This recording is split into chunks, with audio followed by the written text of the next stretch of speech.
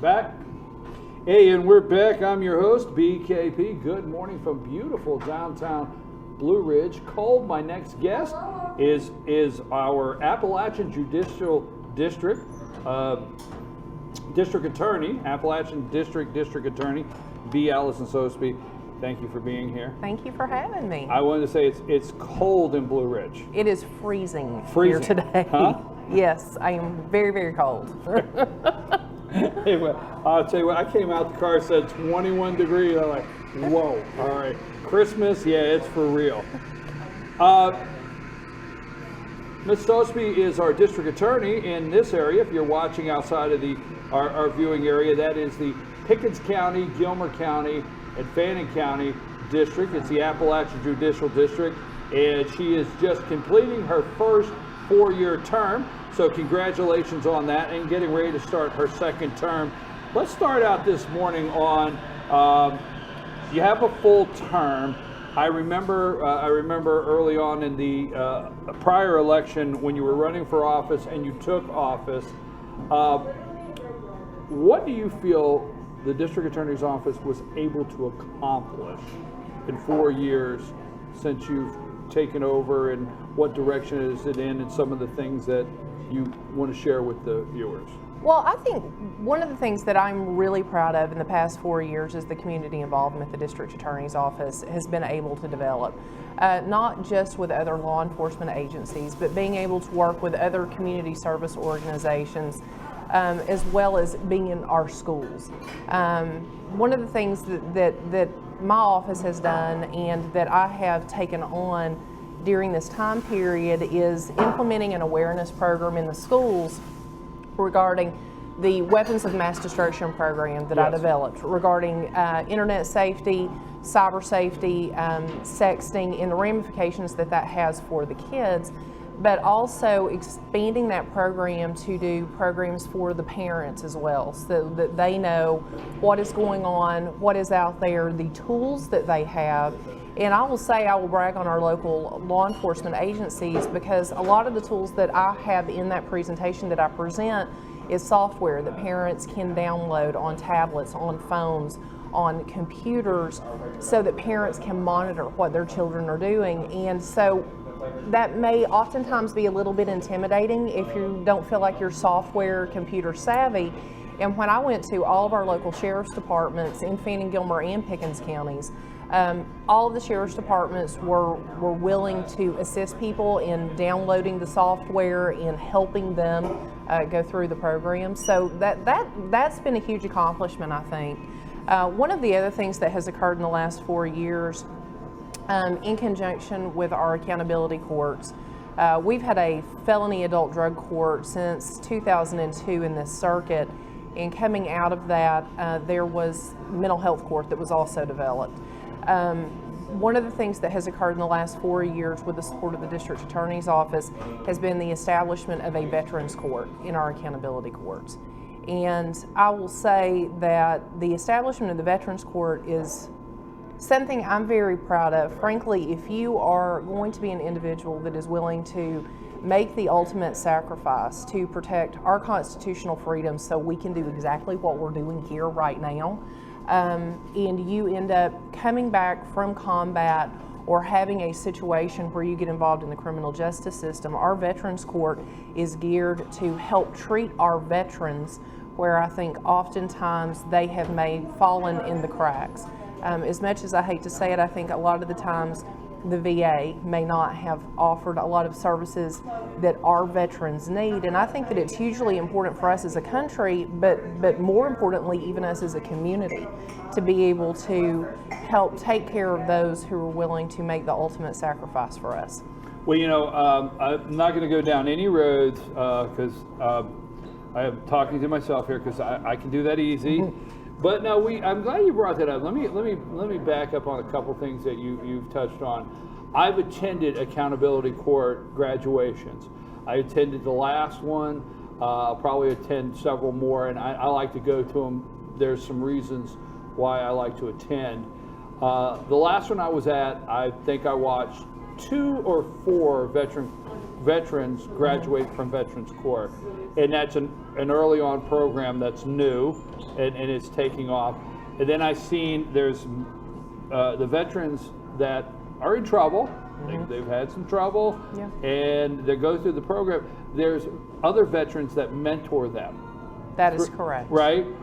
That was just very emotional for me because I watched these other veterans, that mentored them through the program. But when it comes to taking care of our veterans, I think you hit a home run there with all the way across the board, from our VA, from medical services, and we know it's a disaster, and our current president elect is, and we know the American people have decided that has to stop.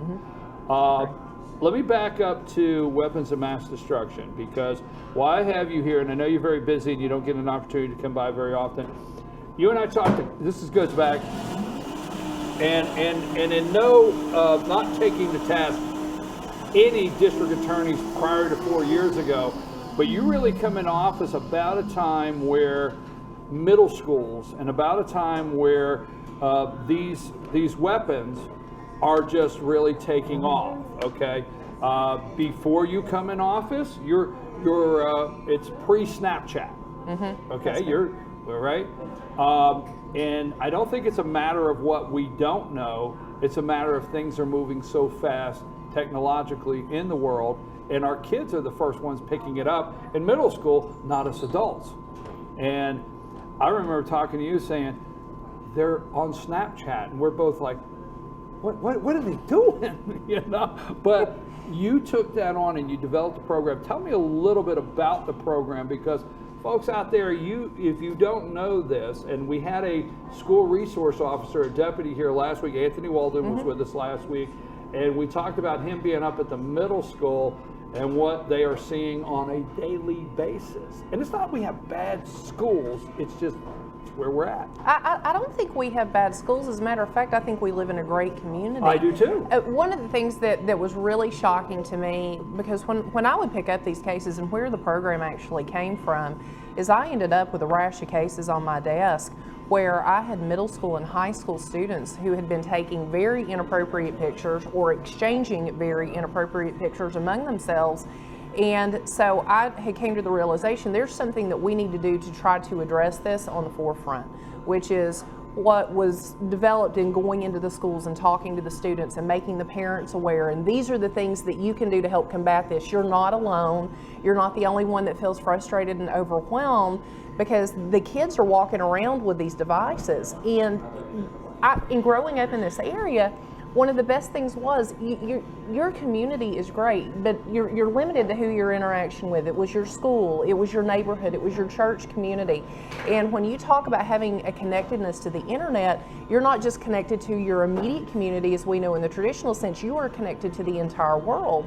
And it's what I tell my own children, as much as I hate to say it, there are people out there that are just genuinely bad people. I hate to say that, but they want to hurt you, and it's learning about trying to protect our children from that.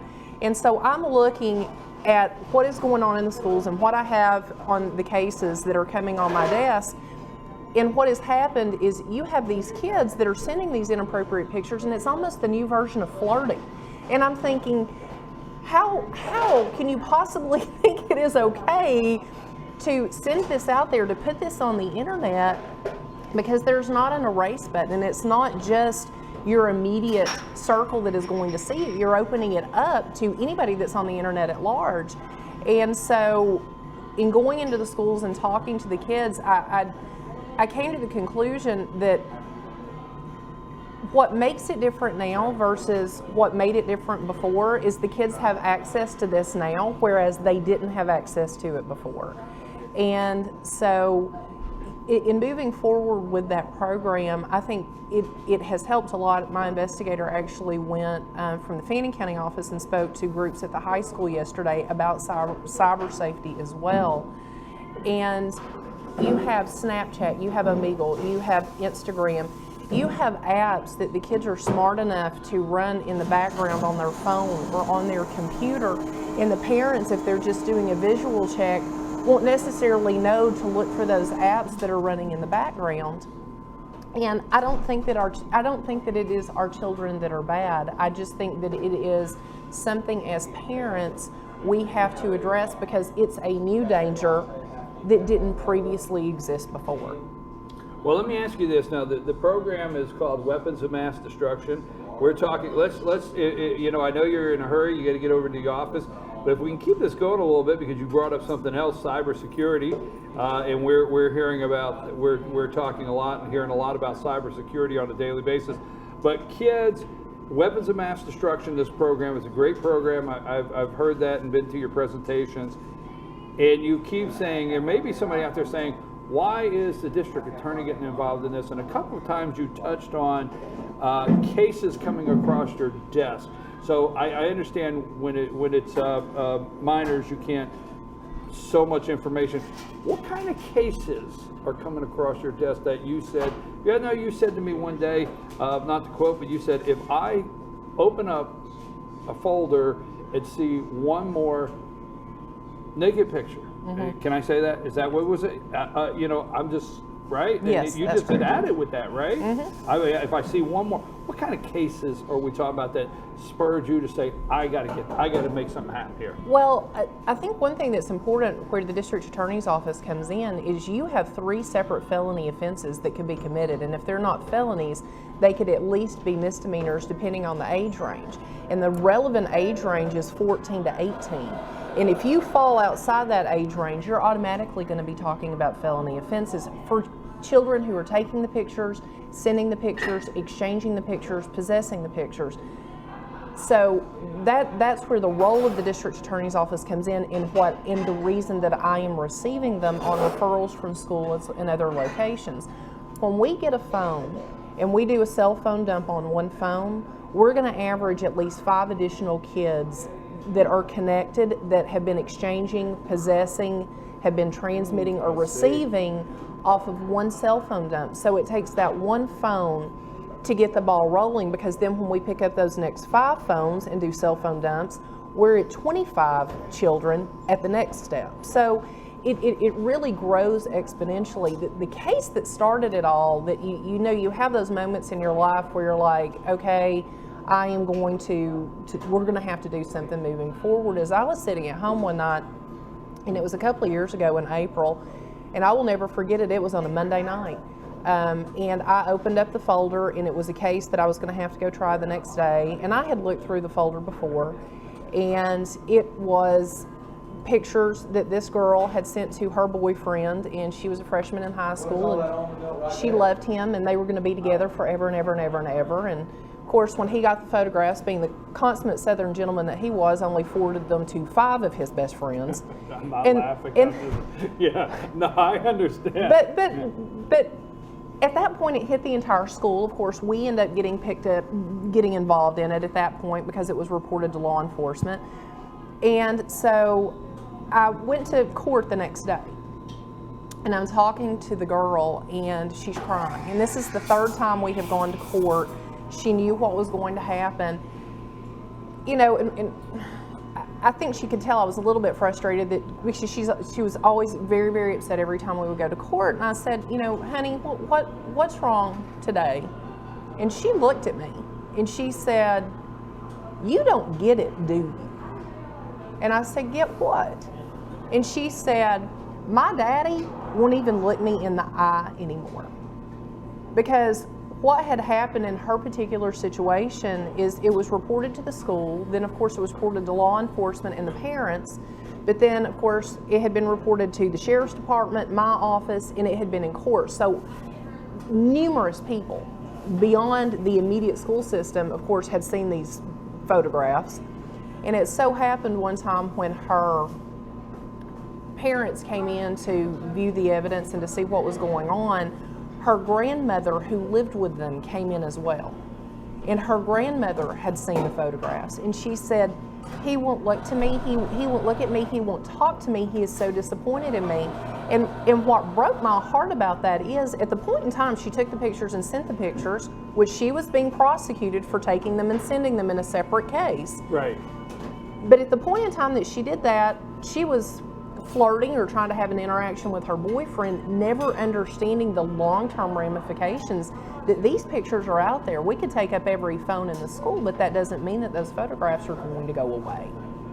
Well, and it's interesting because some people out there might not understand, or maybe not that they understand, but they're coming along. Don't feel bad in any way out there if you're a grandparent, a mom or dad, and you say, I just don't understand this. Please don't beat yourself up over it. Because I, for one, always tell people I'm actually from a generation. Now you're not that old. You're very young, but I'm from a generation where it's just, I still say I'm looking for my phone, or we call this a phone. It's not actually the phone part of it. To young people is the lowest percentage of use of this device. Would you agree? I agree. I mean, the texting, sending, social media, pictures. You're carrying the actual around. Phone is. It's a secondary function. I mean, Exactly. Everybody who has a smartphone is walking around with a miniature computer. Exactly. So you are connected to the internet. You have cameras. You can do anything that you want to do on this phone practically that you could do with a computer. Well, let me ask you something else. Let's switch gears, because I get on that. It's a great subject. The kids. I go to the schools. I go to the high school with the football teams. I was at high school yesterday seeing kids, and they're living in a different world. So let me switch gears to this, because there's two more subjects before you have to rush out of here, if you don't mind. Law enforcement. Now I know as district attorney, your job is to enforce the law, but actually it's really, I don't want to say no different. If deputies out here, their job's to enforce the law. Enforce the law. Tell me a little bit, maybe some discussions you're having across the state with other attorney generals, elected officials, anybody in anything. Georgia, was it last week, 6 law enforcement officers were shot in Georgia this past week? Just open that up, and what's going on in that area that's being discussed within law enforcement? I think one of the things that's most concerning when you look at individuals who are acting as law enforcement, and I'll say first, my job as district attorney is to ensure that justice is served. Right. So right. It's the enforcement of laws across the board. But when you're talking about, I think, the current tenor that law enforcement is facing right now, and there is a backlash against them, you have individuals that are going out that are strapping on a gun, putting on a badge, that are really willing to make the ultimate sacrifice. And I think, as in any profession that exists, you have good people, I think mostly, that are involved in a profession, and you are going to have some people that are not good people, that are in it for the wrong reasons, or that make mistakes because they're negligent. And I think what is happening right now on law enforcement as a whole is the entirety of law enforcement is being judged and is being crucified for the mistakes of some people or for the bad acts of some people that are involved in that profession. My son, my oldest son, keeps telling me that he wants to go in the military or he wants to be a police officer. And frankly, both of those prospects, as much as I admire them, scare me to death. When you consider our local law enforcement agents, for the risk that they are taking going out on a daily basis, start off somewhere at around $12 to $13 an hour. You are talking about risking your life on every road stop, on every domestic call, on everything that they are going out and doing on a daily basis in the general course of things. And now they are taking that risk in terms of the additional backlash that is occurring. And I understand in the more urban areas that the pay scale may be a little differently, but here in the rural areas that we're in, our officers really, if you're working in that capacity, you're not working in that capacity to get rich. You're working in that capacity because you want to make a difference. I will tell you, locally, I think that we are very, very fortunate to live in the area that we are in. Yes, we are. because we are not seeing a lot of that backlash here, but I think across the state of Georgia. As a matter of fact, I was reading about the 2 officers that had been shot in Americus. They grew up together. It is a tragic situation, and individuals are being targeted simply because they are law enforcement. And that is an absolute tragic situation to me. I laughed after you brought up my last election. Before I ran for district attorney, I had a private law practice. I did criminal defense work. And after the election, my oldest son had looked at me and he said, "I am so glad you won, Mom." And I said, "I love you, sweetheart, me too." And he goes, "No." He goes, "Now you get to work for the good guys." And I thought, that, and everybody in the court system has a function. Criminal defense attorneys, right, prosecutors, judges. But I thought, what an awesome perspective for a kid to have, that he's proud of his mom because I get to work for the good guys now. And it's really, I think, sad to me that perspective is not predominant in our society at this point. I know you got to run, but if you can, I understand. But can you stay with us through a break? I've got 2 more questions. Yeah, you bet. We're going to take a brief break. I want to talk to the district attorney about some of the things in the office of the district attorney, and let her explain some of the functions, because sometimes people don't exactly know what the district attorney's office, there's 3 offices, so I want to give her an opportunity to share a little bit of the 3 offices, where they're located, and how it works, and also maybe what she hopes to see happen in the next 4 years. So we're going to take a brief break, and Cole, take us out of here. We're at the Vault in Blue Ridge.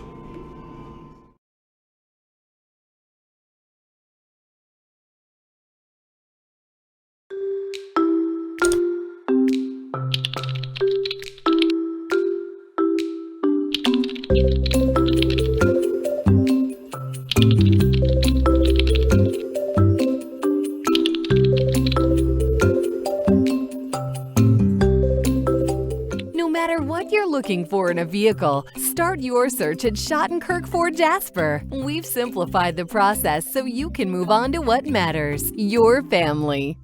Circuit World, brand name merchandise at unbelievably low prices. Furniture, appliances, and electronics. Circuit World is locally owned and operated, serving the tri-state area. Circuit World has highly trained professionals to help. Visit your hometown Circuit World today. 3 locations in Georgia: Ellijay, Blue Ridge, and Blairsville, Franklin, and Murphy, North Carolina. No credit checks, so let Circuit World deliver to you today.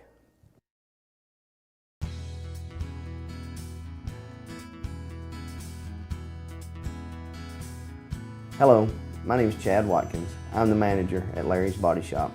We are a family-owned and operated business and have been serving the North Georgia area since 1978. We are located at 1216 Progress Road in Ellijay, Georgia. Our shop specializes in collision repair, and we work with all major insurance companies. Larry's Body Shop is ICAR Gold, the highest role of training recognized by the collision repair industry. It is estimated that only 10% of collision shops meet these standards. Our shop consists of state-of-the-art equipment such as laser measurement system, down-drive spray booth, spot and MIG welding equipment. All of our paints are mixed on-site so that we can guarantee your paint to match every time. I know that having an accident can be a stressful event. We take pride in making sure our customers are satisfied with the repair of their vehicles. Our waiting area is clean and comfortable with free Wi-Fi and refreshing beverages. So if you're in an accident, stop by and see us at Larry's Body Shop. This is the big one, the 20% off MSRP model year-end clearance at Days Chevrolet in Jasper, with huge savings over $3,600 off the redesigned Malibu. Now just $20,400. Save over $8,600 off Silverado Crew Cab LT. Now just $33,500. 20% off new Chevys. Right here, right now, at Days Chevrolet in Jasper. Better days ahead, Days Chevrolet. Find new roads. Pizza Hut makes the best pizza in the entire universe, but they won't tell you that. I've been marooned on this planet for a while now. You are an impressive race. Your children know excellent hiding places. Your oceans aren't filled with lava. And you figured out how to combine a grilled cheese sandwich with a Pizza Hut pizza. Surely interstellar travel will soon follow. And then I can finally get back home. Round. Round like home. The grilled cheese stuffed crust pizza. Proof that no one out-pizzas the Hut.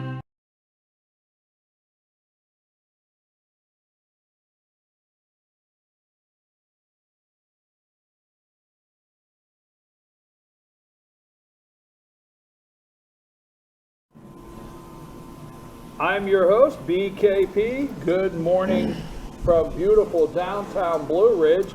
It is a tough, I don't know what the temperature is, but it's 6 o'clock this morning. It was a tough 21 degrees, and they're making coffee here, and I can still feel with the door opening, it's nice and cool. And they have a full breakfast menu here at the Vault, and don't mind us. Come on in and order your coffee, order your breakfast. I thought we were getting. Well, we're live. Special greeting. You are. Is this what you doing? We're doing a live show. I understand that. So FYNTV.com.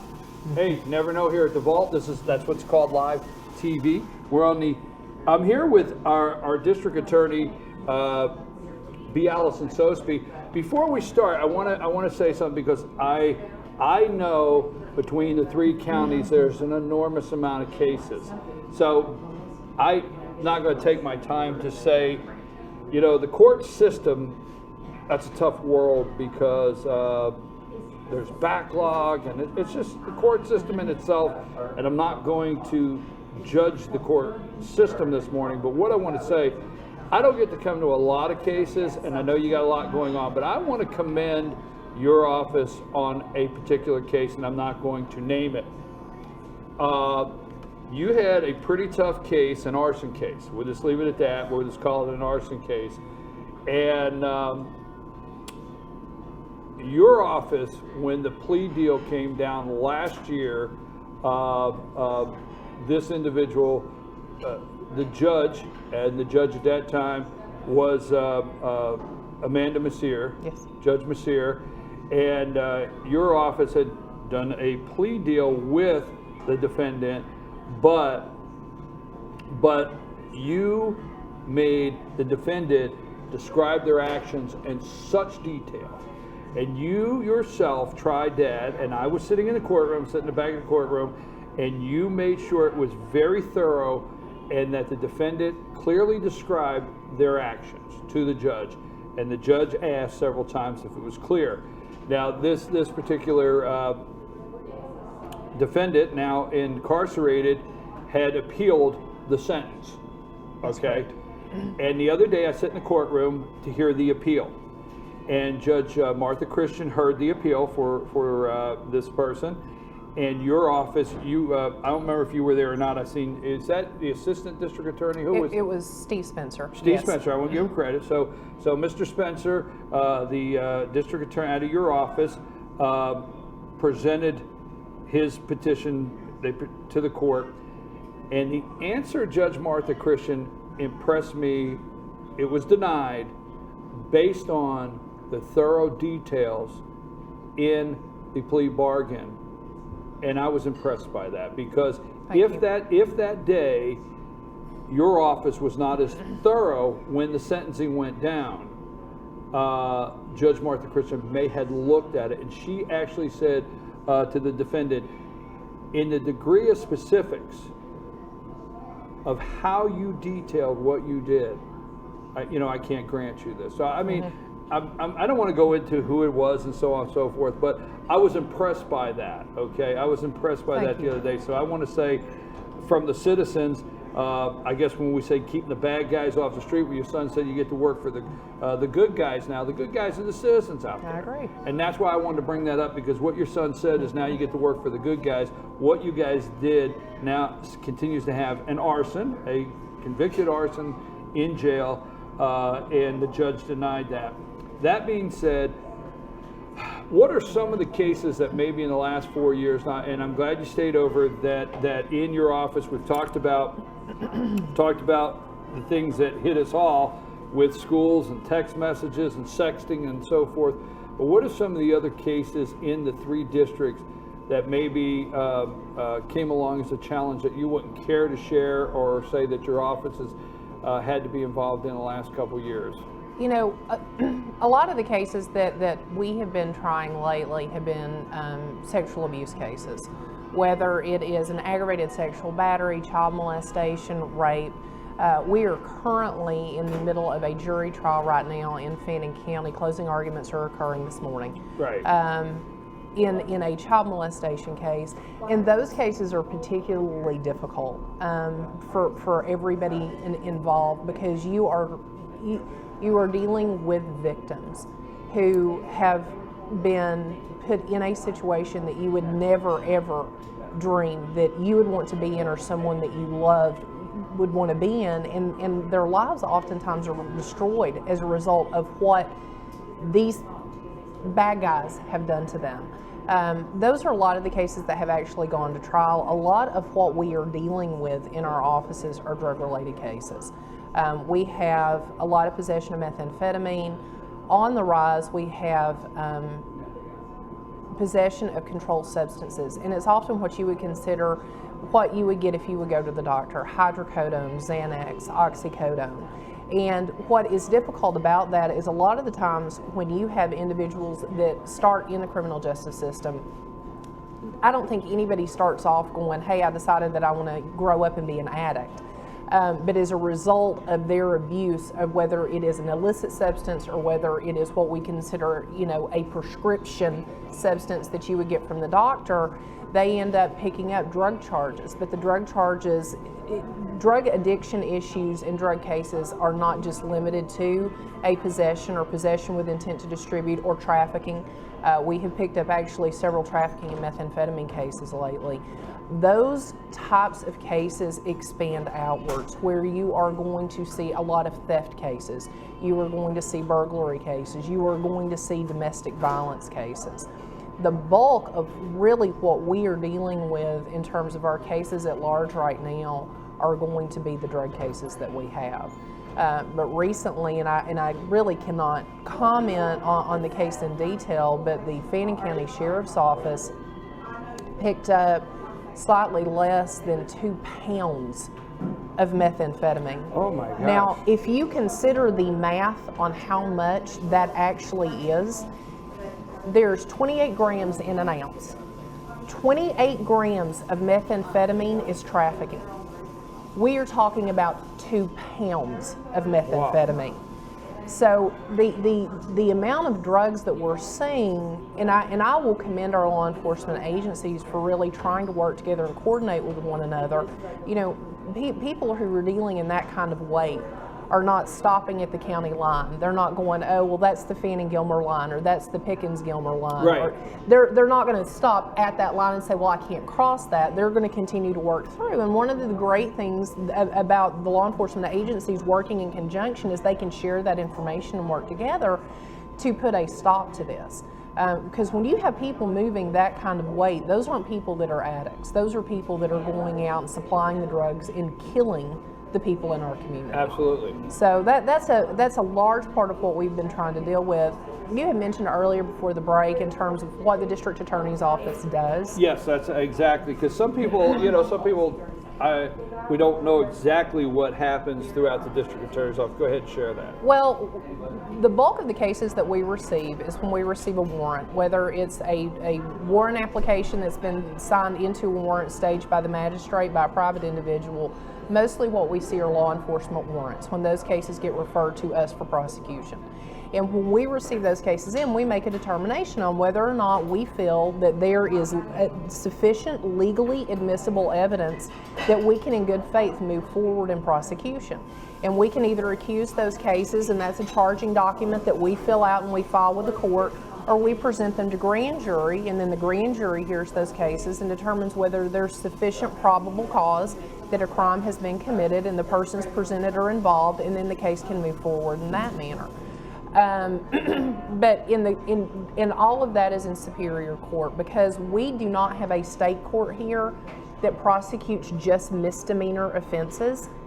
Our Superior Courts handle everything from speeding all the way up to a capital murder case. That is a large breadth of cases that you have to deal with. And we're doing that in all 3 counties. But in addition to being in Superior Court in 3 counties, we also prosecute in our magistrate courts, in our probate courts, and in our juvenile courts. And what's significant about that, particularly as it impacts my staff and my budget, is we are not required to prosecute in our local probate courts nor in our juvenile courts. The reason that I like for us to participate in those courts is if you have individuals that are being prosecuted in probate court and they think that they want to transfer it to Superior Court because they may get a better deal or they may delay the case further, the benefit is the same ADA that you're going to be seeing in probate court is the same individual you're going to be seeing in Superior Court, and being able to process those cases in probate court specifically helps to prevent more of a backlog in our Superior Court cases, and we can move those cases quicker and get a quicker resolution. In juvenile court, and frankly, I think in large part where my heart lies is with our youth. That court is so important, and the point behind juvenile court oftentimes is from a rehabilitative standpoint, to prevent these youthful offenders from becoming adult offenders and ending up in our adult system, whether it be on probation or whether it be in prison. So we have got a lot of different places that we are and that we're prosecuting at, but all for specific purposes as to why we're there. There's a district attorney's office in Pickens County Courthouse, the Gilmer County Courthouse, and the Fannin County Courthouse. You have 3 offices. One thing you said there, I can't leave today without, we talked about computers, which has also on another level, cybercrime. Yes. How difficult is cybercrime? And back to before we go there, back to the methamphetamines and the 2 pounds that the Fannin County Sheriff's Office had found. I call it yes, we say we live in a great community, and we do. We have great schools, we have good principals, we have good teachers, we have good law enforcement, and we do. But I always like to say, leave it with, don't sit out there thinking we live in the could never happen here area. Because sometimes we have thought in the past it could never happen here. You're in a position, you're seeing it happen with these kind of things. And we might not be in Metro Atlanta, but your office is packed full of drug cases. It is. You know what I'm saying? So, we have to, that has to be a reality we have to deal with and know that's going on as a problem in our community. Cybercrime. How hard is it to prosecute? How much of this is coming across your desk? What is the most cybercrime you see? I think the largest thing that we're seeing in terms of cybercrime often ends up being an identity theft. And the hard part about that is you're not talking about being limited to, again, the people in our community. It's the bad guys from all over that are trying to steal your identifying information. The difficult part about cybercrimes is being able to oftentimes identify who the perpetrator is. Right. Because when you are trying to trace information back through these individual protocol, these IP addresses that you have that are assigned to a specific Wi-Fi, for example. Right. That is often very, very hard. Then you run into a situation of venue as to where the crime actually occurred. I hate to say, I think oftentimes, and specifically even sometimes as it relates to the sexting offense cases, the laws may be a little bit antiquated in terms of where we are in actual reality. The reality of the situation is we're much more advanced than what the law is actually providing for. And frankly, it comes down to a prosecution issue for us if we don't have laws that we can fit that in to prosecute them in specific locations. For example, on identity theft, we can prosecute in the location where the victim lives, as opposed to trying to trace down where the defendant lives. But in other cases where you would have that type of cyber theft or that type of cyber crime, we're not offered that same luxury. So if we have a defendant that lives in Tennessee and we have a victim that lives in Fannin County, Georgia, we may be precluded from prosecution on particular offenses because we don't have a way to draw that defendant into prosecution here in this state or in this county. And with cybercrime, the difficulty also in the identifying is out there, and the time it takes to try to hunt it down, because you know it takes a whole different than just 10 years ago of a trained investigator. Am I correct? I mean, correct. 10 years ago, you know, you didn't have the in-depth training in your investigators that you have in your office, not just yours, but in law enforcement. That in the last 10 years, there's all kinds of new training to identify. I call a lot of the laws that we currently have on the books not real estate laws, but ground property real estate laws, meaning I'm here and the person's here, so you can either sue them here, or the crime they did means they have to come here. And I don't want to say it's pretty simple, but they were like places where you knew this was the address, and who had, what would you call it, the jurisdiction, right? Yes. In the internet, that just changed everything up. Well, if you In look, a lot of ways, not everything, but a lot of ways. if you look at it from the standpoint of, if I were to walk up to you and punch you in the nose right now, Venue's going to be here because we have That's to on have that camera. one. That's on camera. Go ahead. Didn't say I was going to. But we have to have that one-on-one interaction. What the internet has afforded is you can steal from the relative comfort of your very own sofa, and you don't even have to get up out of the house regardless of where you're located. And our victims can be located here, and we can't track down the defendant. Right. Or the defendant won't be in the state or the country.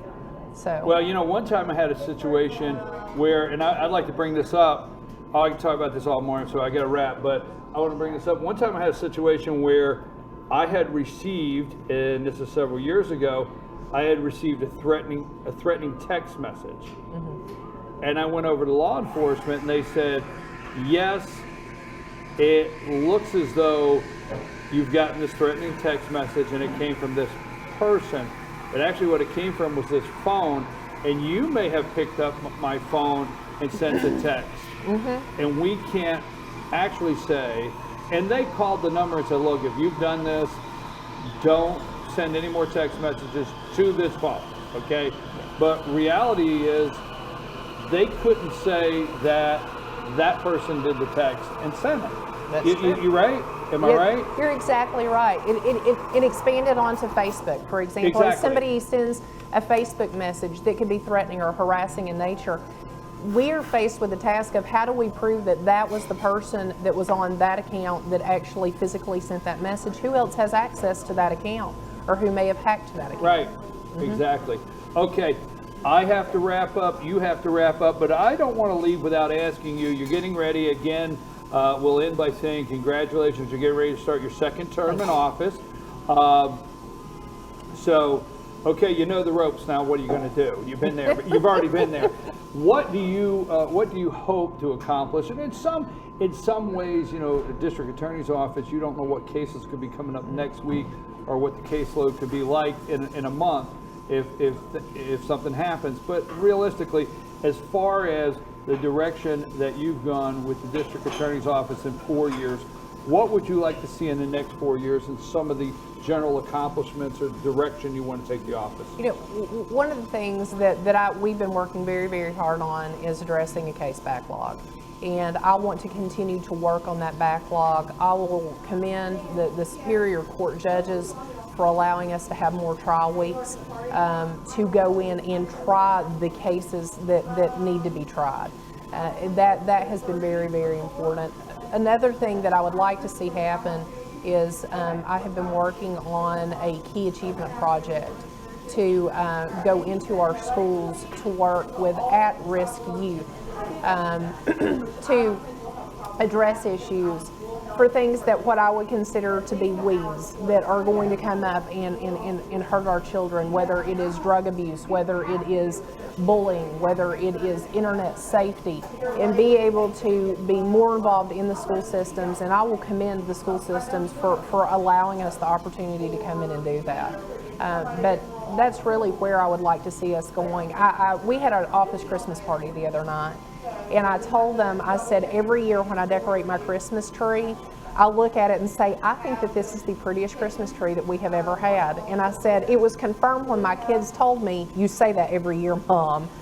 And I told the office, I said, you know, I look at where we have progressed from year to year since I have taken office, and I said, and every year I think this is the best place that we have been in, you know, every year since I have began, and I am thrilled to death with where we're at and where we are going with the staff that we have. Well, again, I congratulate you, and I think backlog, obviously, and that is always something that's going to be there in the court system and always going to be something discussed. And but I appreciate it, and it's like your son said, I think it's a perfect way to put it. Now you can work for the good guys, and we thank you. We know you got to get to court. You got to get to work. Yes, I do. mean, and I know we're here at the door here. So, okay, sorry, we end with this. You had lunch here? Yes, I have, yesterday, and it was excellent, by the way. Okay, just checking. Yes. Just checking. Want to make sure. I had the grilled cheese and tomato soup, and I highly recommend it. Tomato basil? Oh, it was so good. Was it? Yes. It was excellent. Yeah, they do a great job. Yeah, well, I can't. Yeah, well, I can't help it, Cole. I am a tomato. I mean, it was through the roof. I said, Nathan, who is making this tomato basil soup? Yes. It was great, wasn't it? Yes, it was. So you had the half sandwich and tomato basil soup. I had a whole grilled cheese. Oh, I had a half. We've enjoyed this morning, and I hope we have some good information. From time to time, we get different elected officials in here to discuss what's going on and what the future brings. We have had the district attorney for the Appalachian Judicial District, be Alison Sosebee, and we're going to take a break. Thank you again for being with us. We're going to take a break. And the noise in the background, cappuccino, frappuccino, all the above, right, Cole? They're grinding coffee, putting the foam on here, and making the pancakes at the vault. We'll be back after these messages.